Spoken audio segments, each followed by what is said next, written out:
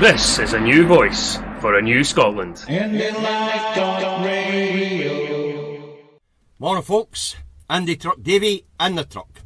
Okay, let's move on to the review of the week. Okay, Monday, 1st of June. Monday, it's all about burying the Cummins story, right? Bojo said move on, so they're moving on. Anyway, in a slap in the puss to Bojo, Chris Whitty, England's Chief Medical Officer, and Professor Valence, England's Chief Scientific Advisor, have stated that they won't do any more of the UK government's briefings as their reputations have been trashed. Okay. Also on Monday, the UK government admits that tens of thousands of COVID-19 tests were double counted. Right? I spoke about this on Monday. When you go for a COVID-19 test at one of their privatised drive-through clinics at the airports, you get a nasal swab and a throat swab. That should count as one, but they were counting them as two. They've been messing about with the figures.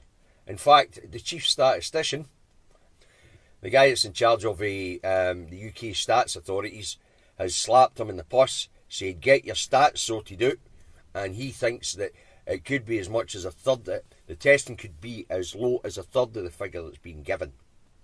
Alright. Okay, what else we got for Monday? And just as the UK government's gone full out to hide the Dominic Cummins story of breaching lockdown, Dominic Cummins pops up again, as he's named in the sex discrimination case being brought by Sajid Javid's former press officer and SPAD, Sonia Khan. Miss Khan was sacked as a SPAD, or a Special Advisor that stands for, by Cummins after Bojo the Clown made him Chief SPAD, Chief Special Advisor, right? Miss Khan was marched out of Downing Street by armed police officers. The UK government spent a fair chunk of our money, UK taxpayers' money, on trying to bury Cummins' name in the story. So they went to Langley Tribunal and tried to get the blame for the treatment that Miss Khan had suffered transferred to number 10 as opposed to Dominic Cummins himself. But Dominic Cummins has been named in the case as one of the chief respondents, which means that he could also be liable for any monies that Miss Khan wins if she wins her tribunal. Okie dokie. So, even though they're trying to bury the Cummins story, it keeps coming back. Plans to remove a remote voting from Westminster causes a rammy. Meanwhile, here in Scotland, car crash demands Nicola gets in line with Westminster and calls SNPs back to Holyrood on Tuesday. Of course, the First Minister did what the rest of his day, and that's just ignore Jackson Carlow, or car crash as he's known. Alright? And just for a wee bit of comedy value, on Monday it became illegal for you to have sex with anybody outside your household. Ooh, matron, keep it in the family. Schools also went back on Monday in England, so we'll see how that goes, and we'll see if it has the same effect that it had in Japan and the same effect that it had in France. Alright, so that's the stories I picked for Monday. Tuesday, 2nd of June, Westminster returns and the Jacob Rees-Mogg show begins. And the Minister for the 18th century rolls back time in a show of utter madness. A new type of queue is invented. It's the Moggy Conga.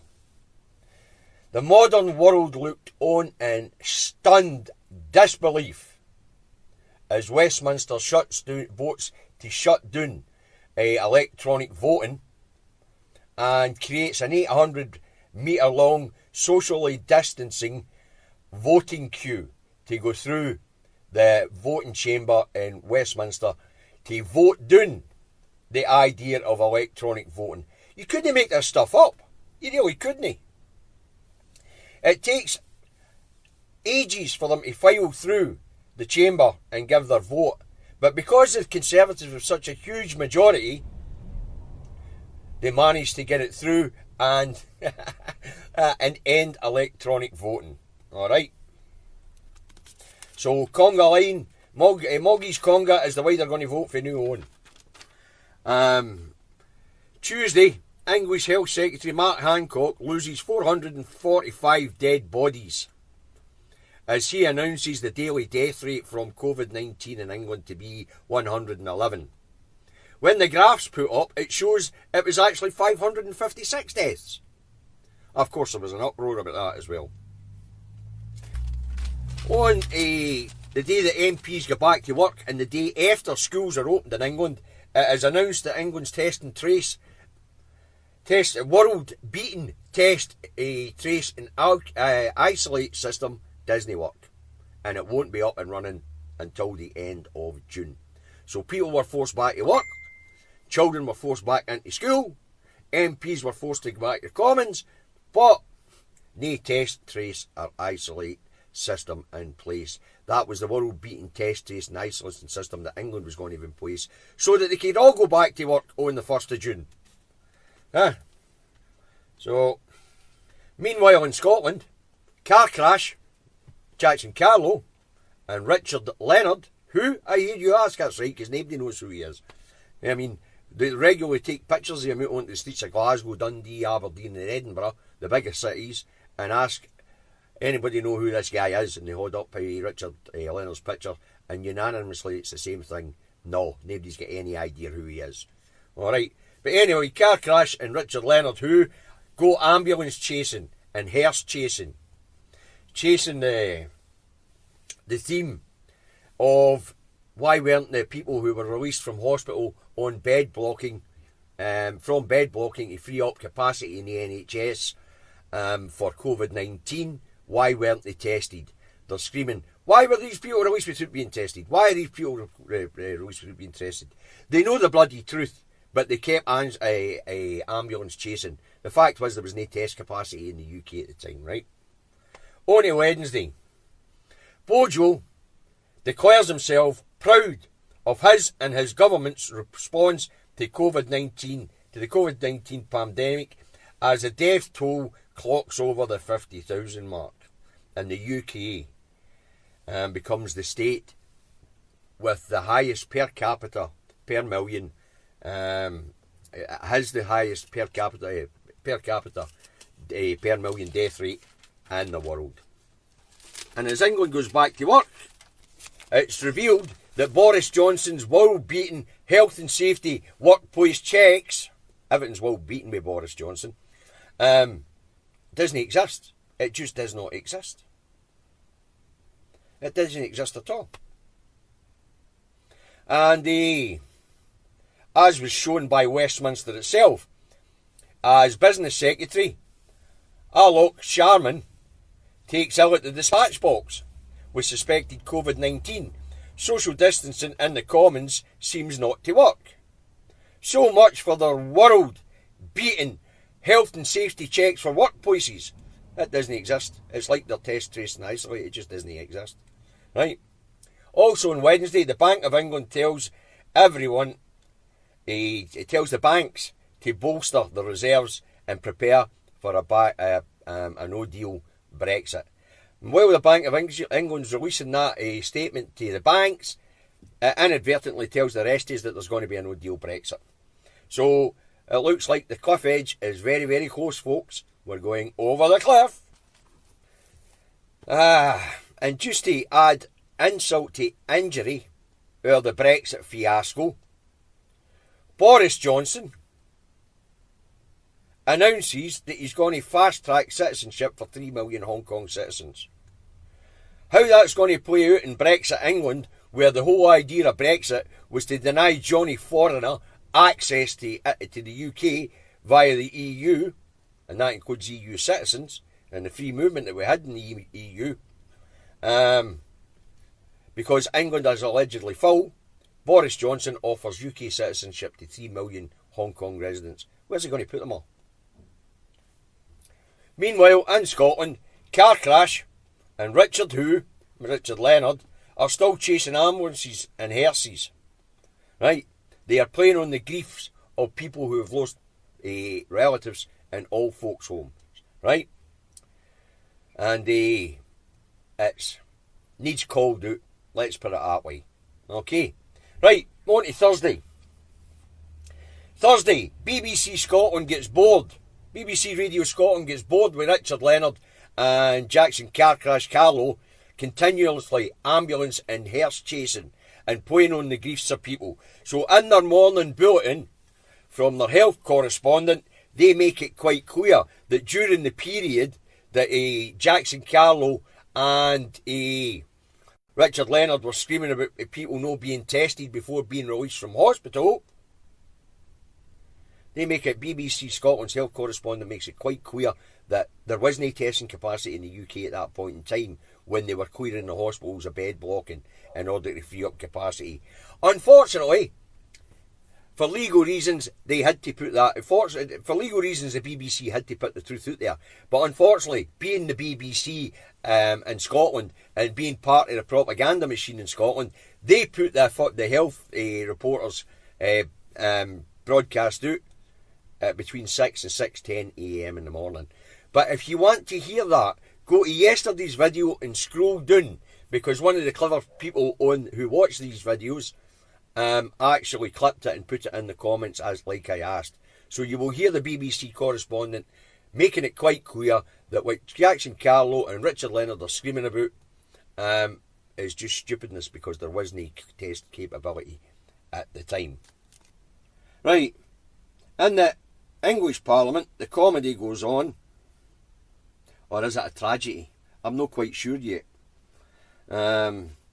We calls for Jacob Rees-Mogg to resign because of the fiasco of ending electronic voting and the fiasco of dragging people back to the Commons where it's no safe and putting MPs and their constituents at risk. Right? As I say, that's the same day. That's the day after Alex Sharma, the business secretary, takes ill in the debating chamber at the dispatch box with suspected COVID-19. Right? On Thursday, the UK daily death rate from COVID-19 was higher than the combined death rates of the other 27 EU countries. Right? On Thursday, yesterday in the UK, there was 359 deaths from COVID-19. In the rest of the EU, that's 27 other countries, there was only a reported 332 deaths. So much for Bojo being proud of the job he's doing. What job's that, Bojo? Butcher. Meanwhile, in Scotland, on Thursday, COVID-19 deaths dropped to single figures for the first time since March, the end of March. Right. Also Thursday, UK Transport Secretary Grant Sharp announces face masks to be made mandatory on public transport. Now that's the same UK administration that took the mickey out of Nicola Sturgeon and belittled her when she suggested that Scottish citizens wear face masks in confined places and on public transport. Right? Also, Thursday was the day when, during the American trade negotiations, there's American trade talks going on simultaneously with the EU trade talks, Bojo drops his promise to protect food standards. Meanwhile, in Scotland, the FM gets on with a day job. Car crash goes red in the face, and everybody in Scotland continues to ignore him.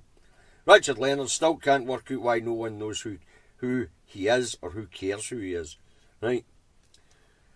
Right, so, but obviously on Thursday, Richard Leonard and car crash hadn't heard the BBC report, or nobody had made it available to them, because they're still ambulance chasing and trying to play on the griefs of people who have lost relatives in care homes, shouting SNP bad, SNP bad.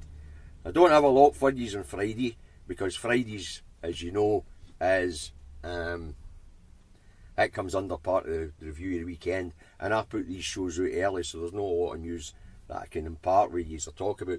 But anyway, Friday this morning, BBC Radio Scotland, I don't watch television, BBC Radio Scotland, it's all face coverings. It's all face coverings, you know. The UK is recommending face coverings now, so there's a debate on whether people should wear face coverings in Scotland. Right?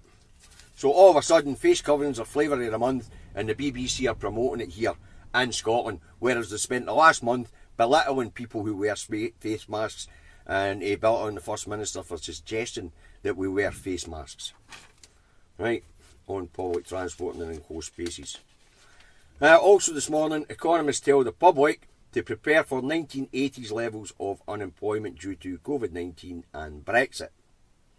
Well, actually, I remember the 80s, 4.5 million unemployed. There is going to be much higher unemployment this time round. We don't have any markets to sell anybody to.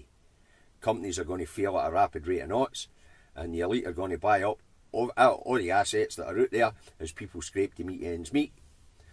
The banks will get rich, the 1% will get richer, and I'm afraid us lot are going to get poorer. Simple as that.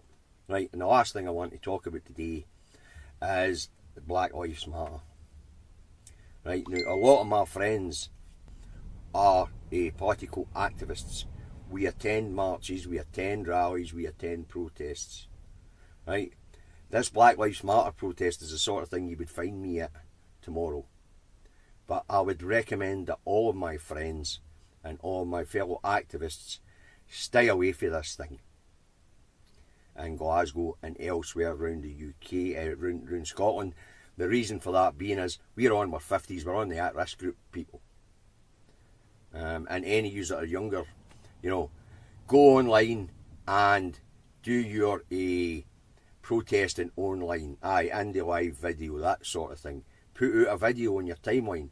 Do this, go live, make your feelings clear. As I say, as a political activist and a believer in human rights, and a believer in as an anti-nuclear campaigner, and as a campaigner for Scottish independence, tomorrow's Black Lives Matter protests is the sort of place where you would find me. But because of the restrictions that are on us from the Scottish Government and this pandemic, I won't be attending tomorrow's protests. I will participate in some of the online protests, but I would recommend that you, my friends who are also activists and tend to attend these things, I would suggest that you stay home and do your protesting online. Okay? So that's it for the Indytruck Davy part of the show. That was the review of the week. So I hope you enjoyed the review of the week. Have a nice day and have a nice weekend. This is a new voice for a new Scotland. Indylive.radio.